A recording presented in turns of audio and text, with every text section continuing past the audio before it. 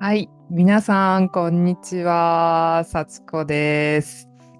日本語の先生をやっています。私はアニメが大好きで、よくアニメを見ているんですが、今日は2024年に見てよかったアニメ3つ紹介したいなと思っています。この3つは2024年に始まったアニメです。新しいアニメですね。はい。まず1つ目、ダンダダンです。ちょっとダンダダンのキャラクターの絵を描いてきたんですけど、はい。これですね、見えますか？はい。これ、普通のラッキーキャット、招き猫じゃなくて、妖怪なんですけど、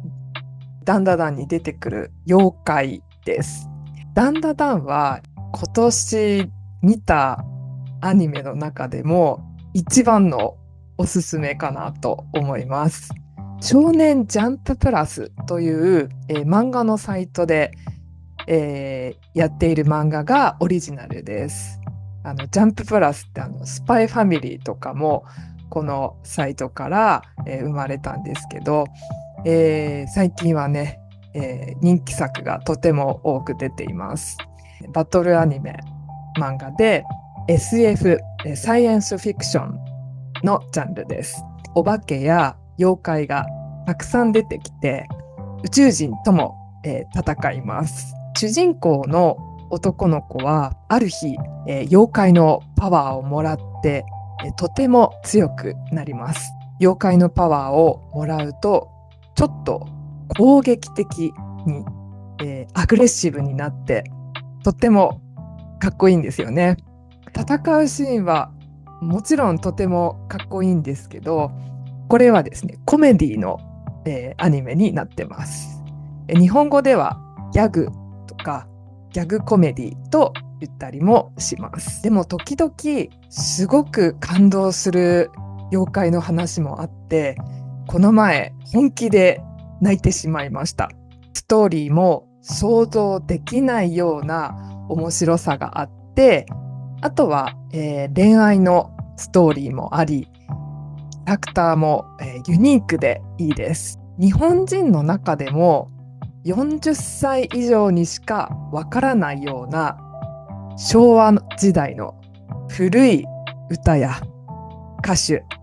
流行ったことなどもたくさん出てくるので、私のような中年、ミドルエイジには、懐かしくて面白いです。若い人にはそれがまた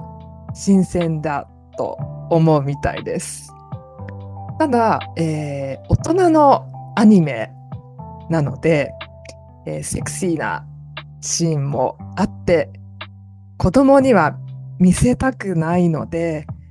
子供と見られないっていうのがちょっと残念なんですけど、呪術廻戦とかモブサイコ100が好きな人には特におすすめしたいですね。3つ目のアニメはランマ2分の1です。ちょっとランマを書いてみたんですが、ちょっとあんまり上手じゃなくて申し訳ないんですけど、はい。ランマは知っている人も多いアニメだと思うんですが、古い作品です。私が初めて漫画を全部集めたのが、このランマ2分の1でした。2024年秋にリニューアルしてスタートしました。このですね、ランマという男の子なんですけど、強い男の子なんですね。でも中国で不思議な泉に落ちて、体に水をかけると男から女になってしまうという、体になってしまうんです。なので話の中で女の子になったり男の子に戻ったりして変なアクシデントやハプニングがたくさん起こります。ランマ以外のキャラクターも水をかけるとパンダになったり豚になったり猫になったりするキャラクターもいて、とても面白いです。ランマのことが大好きな女の子もたくさん出てきたり、ランマに勝ちたいと思う男の子もたくさん出てきて、出てくるキャラクターがみんな個性的。一回見たら忘れられない人ばかりです。バトルシーンが多いんですけど、変なキャラクターたちが戦うので、毎回本当に面白いです。テンポも良くて、あっという間に終わってしまいます。オリジナルのアニメは古いんですけど、新しいランマのアニメは、絵が綺麗で、とてもアーティスティックでおしゃれな絵です。それからこれが一番嬉しいことなんですが、子供の頃に見たランマのアニメと同じ声優さんが今回もやっているというのが本当にいいです。レジェンドと言われているすごい声優さんたちがたくさん出ています。60歳ぐらいの声優さんも多くて、今でも高校生の子供の声を出せるって本当に素晴らしいことだと思います。3つ目のアニメは怪獣8号です。怪獣8号は人間対怪獣の戦いのアニメです。これもダンダダンと同じで少年ジャンププラスでやっている漫画がオリジナルです。この漫画を読んだ時から早くアニメになってほしいと思っていた作品だったので、アニメになった時はとても嬉しかったですね。人間対怪獣というと、日本ではウルトラマンとかゴジラとかが有名なんですが、怪獣8号も少し似ています。でも全然違うのは、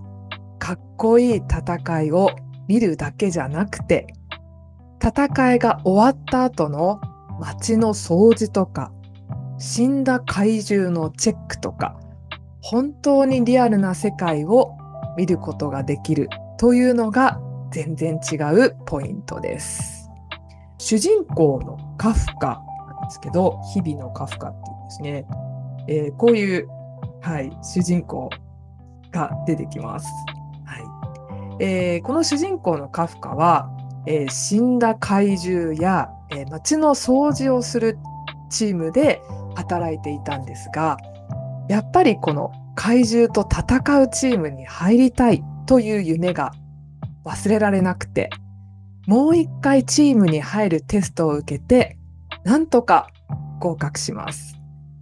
カフカは怪獣と戦うチームに入るんですが、